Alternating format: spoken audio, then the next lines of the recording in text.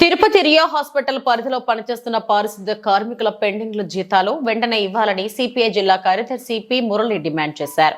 Riya hospital పరిపాలనా భవనం ముందు ధర్నా కార్యక్రమం నిర్వహించారు.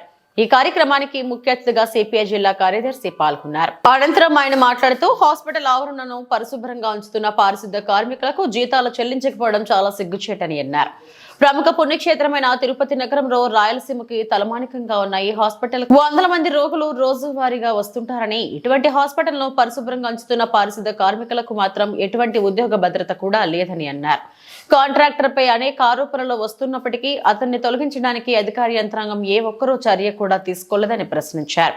గత 3 సంవత్సరాలుగా ఈఎస్ఐ కార్మికులకు చెల్లించకపోయినా అధికారులు ఏ మాత్రం కూడా పట్టించుకోలేదని, అందుకు కారణం కాంట్రాక్టర్ అధికారులకు ఇస్తున్న మామూలు కారణం కాదా అని తెలియజేశారు. ఎన్ని ఆరోపణలు వస్తున్నప్పటికీ ఆ కాంట్రాక్టర్ ను కొనసాగించడానికి కూడా ఇది నిదర్శనమన్నారు.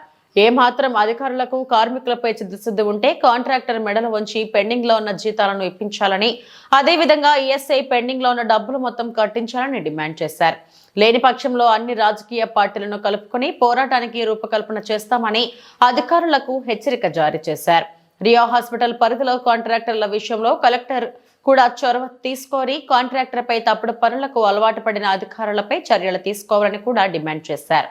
ఈ ధర్నా కార్యక్రమంలో ఏఐటీసీ నాయకులు కేవై రాజు, ఎన్ శివ, వైఎస్ మణి, సిహెచ్ శివకుమార్ తదితరులు పాల్గొన్నారు. సూపరింటెండెంట్ గారికి ఇప్పటికి పదే యూనియన్ నాయకత్వం మొత్తం కూడా అక్కడికి వెళ్ళి చెప్పడం జరిగింది. అయినప్పటికీ కాంట్రాక్టర్ స్పందించలేదు. ఈవేళ 3 నుండి 4 నెలలు జీతాలు చెల్లించకపోగా దాదాపు 3 సంవత్సరాలకు సంబంధించినటువంటి పిఎఫ్ డబ్బుల్ని వీళ్ళ ఖాతాలో వేయలేదు. ఈవేళ 1 నెలలో 2 నెలల్లో కాంట్రాక్టర్ పూర్తిగా వస్తూ ఉంది. కాంట్రాక్టర్కు వేరే కాంట్రాక్టర్ కూడా ఇవ్వబోతూ ఉన్నారు.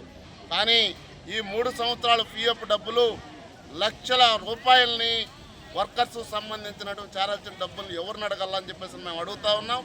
ఈ పిఎఫ్ డబ్బులు 3 సంవత్సరాలుగా జనరల్గా పిఎఫ్ డబ్బులు వేస్తేనే వాళ్ళకు సంబంధించిన జీతాలు చెల్లించాలి. అలా కాకుండా పిఎఫ్ డబ్బులు వేయకపోయినా కూడా ఎస్వీఆర్ఆర్ హాస్పిటల్ నుండి నిధులు విడుదలైనాయంటే మరి దీనిపైన ఎంత డబ్బులు ఎవరెవరికి ఎంతెంత ట్రాన్స్ఫర్ అయిందో అర్థమవుతూ ఉంది.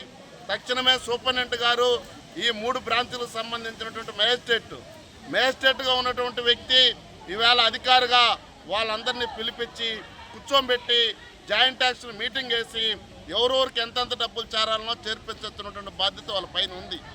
3 సంవత్సరాలు పిఎఫ్ డబ్బులు చెల్లించలేదని చెప్పేసి ఇక్కడ ఆందోళన కార్మికులు చెందుతూ ఉంటే ఓ పక్క ఆర్ఆర్ రెడ్డి గారు మీరు అక్కడికి పోకూడదు, మీరు ఇక్కడనే ఉండాలని చెప్పేసి అజమాయిషీ చెల్లిస్తూ ఉన్నారు. ఆర్ఎం గారు నేను చెప్తున్నా, మీ ఇబ్బంది అవుతే మేము కాపాడినాం. మీ ఆడోల్ హాస్పిటల్ మార్చేస్తూ ఉంటే కమ్యూనిస్టులు ఏఐటీసీ నిరంతరం పోరాటం చేసి అక్కడ హాస్పిటల్ ఉంది. ఇవాళ కార్మికుల పక్షాన డాక్టర్లు కూడా నిలాలి. డాక్టర్లకు ఏదైనా ఇబ్బంది అవుతే కార్మికులందరూ అండగా ఉంటారు. కాబట్టి వాళ్ళపైన పనిచేసే వాళ్ళపైన అజమాయిషీ చెల్లించి ధర్నా చేయకూడదు, సూపరింటెండెంట్ ఆఫీసు పోకూడదంటే ఇది మీ తరం కాదు. మేము ఖచ్చితంగా చెప్తా ఉన్నాం. మీరు ఖచ్చితంగా ఈ పద్ధతిని మార్చుకోండి. ఎస్వీఆర్ఆర్ ప్రభుత్వ ఆసుపత్రి సూపరింటెండెంట్ గారు జాయింట్ యాక్షన్ మీటింగ్ వేసి తక్షణమే వాళ్ళకు 3 సంవత్సరాలు రావాల్సినటువంటి పిఎఫ్ డబ్బులు చెల్లించాలి. అదేవిధంగా 3 నుండి 4 నెలలు రావాల్సినటువంటి జీతాలు తక్షణమే చెల్లించాలి. లేకపోతే ఈ సమ్మె, ఈ ఆందోళన మరింత ఉధృత అవుతా ఉంది. ఈ ఉధృతంలో భాగంగా ఇక్కడున్నటువంటి కార్మికులు కొంతమంది ఒకరికొకరు గొడవలు పెట్టి అది ఒకరినొకరు కొట్లాడుకోవని చెప్పేసినటువంటి వాతావరణం తెప్పిస్తా ఉన్నాడు ఈ కాంట్రాక్టర్ పైన చర్యలు తీసుకోవాలి. ఈ కాంట్రాక్టర్ పైన పదే ఇలాంటి అభిప్రాయాలు వస్తూ ఉంటే కూడా ఎందుకు సూపరింటెండెంట్ గారు కాంట్రాక్టర్ పైన చర్యలు తీసుకోలేదో సమాధానం చెప్పాలని చెప్పేసి ఈవేళ ఇక్కడ చేసేటువంటి ఏఐటీసీ పోరాటానికి భారత కమ్యూనిస్టు పార్టీ సిపిఐ ఎర్రజెండా కూడా వాళ్ళకు అండగా ఉంటుంది.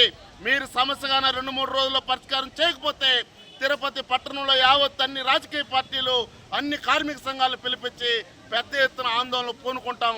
దాని పూర్తి బాధ్యత ఉన్నటువంటి అధికారులు అని చెప్పేసి ఈ సందర్భంగా ప్రభుత్వ అధికారులకు హెచ్చరిక తెలియజేస్తా ఉన్నాం.